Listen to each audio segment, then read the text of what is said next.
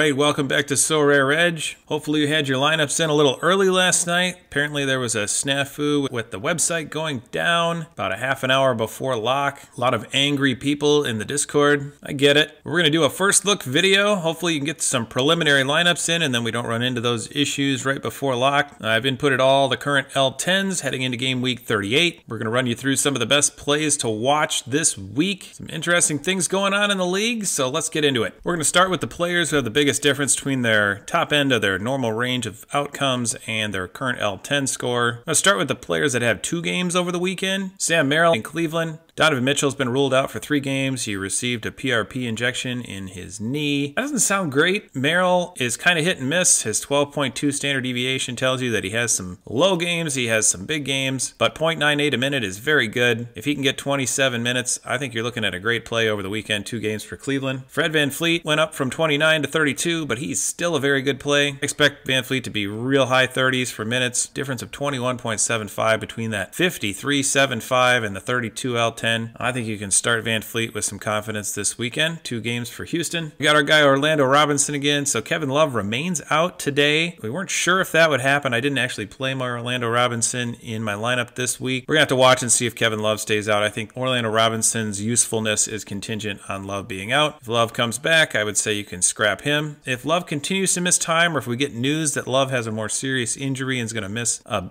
bigger chunk of time, I would say Orlando Robinson is definitely in play at a 3. Next we have Simons. He just put up a 63 last night. He's a 33 L10. So those high-end outliers are available. I love when everybody's out in Portland. He just has huge games. He can get hot from the field, obviously, and 2 games over the weekend for Portland. If you have a Simons, I would be getting him in. Nick Claxton went up from 25 to 26. Doesn't matter. Still a good play in Brooklyn. 1.11 per minute for Claxton. Pretty good size difference for him. Dinwiddie in LA, we talked about a little bit. He's all the way down to 14 now. He's getting about 23 minutes a night on average. I gotta think there's a decent game in there somewhere from him coming soon. 32.95 for a top end. So that 14, that's going to be hard not to play this weekend with 2 games for the Lakers. Kawhi is at a 40. He's obviously a top-end player. He's projected up close to 60. I think you could certainly use him this weekend. He's playing about 38 a night. Paul George, also in LA, down to 33, coming off of injury. Back a couple games now. He's playing his normal minutes again. Projected over 50. I think you can certainly use Paul George. Lillard, we're going to have to wait for news on Giannis, but Lillard getting 36 minutes a night. With Giannis out yesterday, he had a big game. He can certainly get you in the 50s or even the 60s maybe with Giannis out, more usage coming his direction. 37 L10s, low enough to use for sure. Terry Rozier in Miami, still waiting on the big game. 2 games though for Miami over the weekend.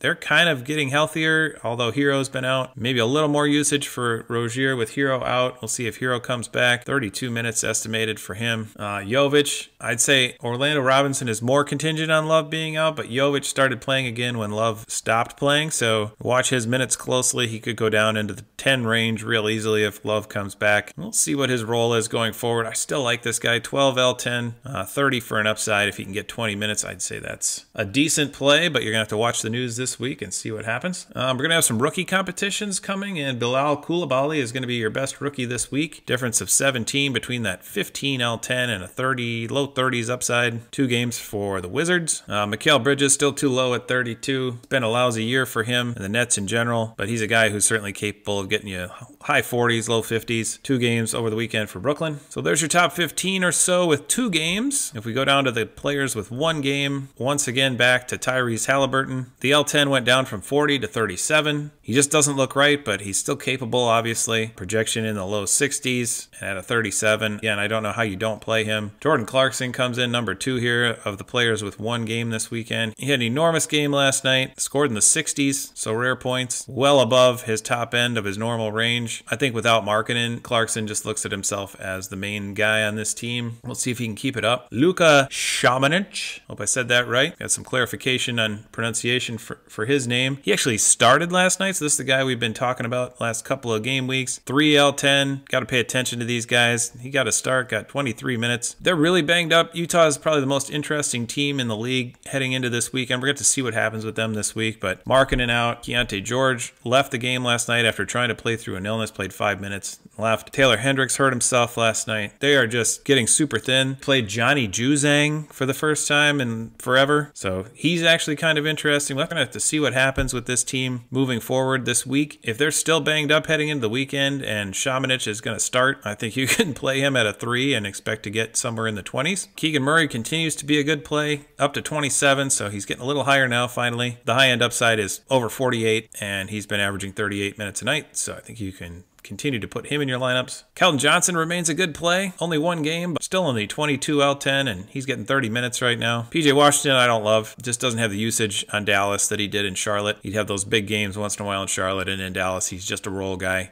42 points. I think that's probably a little aggressive. He's probably more in the 30s. I might avoid him. Moses Moody's been getting more minutes, 15 L10. The Golden State seems to have found some rotations that are working for them, playing a lot of their younger guys, and Moody's not bad, 0.91 a minute. Chris Dunn went off last night's minutes because that takes into account all the Utah injuries. He played 28. If he can get that many minutes, I think he's a nice play at an 18. Top end about 36, so we're doubling up. Steph Curry was one of the big droppers. He went from 46 down to 39, and obviously he still can do it. 1.28 a minute. He can get you high 50s. Only one game though for Golden State. Sexton, with all the guys out in Utah, was playing well last night. High end over 50. Same with Kobe White. High end of 53.72. He's been averaging the most minutes in the league over the last 3, 44. See if he can continue to play at that level. Some interesting low end guys to point out here. Here's Johnny Juzang. Got 20 minutes last night. 8 L10. He gets 20 minutes. I'd project him somewhere in the low 20s. Just the one game. Obviously when guys are under 10 and they're getting minutes, they're worth a look. Dario Saric, nope, avoid that one. Jordan Nora, nope. Saban Lee, we talked about. We'll see if he plays tonight for Phoenix. 4 L10, Yurtseven did not get the minutes that we thought he would last night. He only got 8. Didn't put up many points, and he had 5 points. So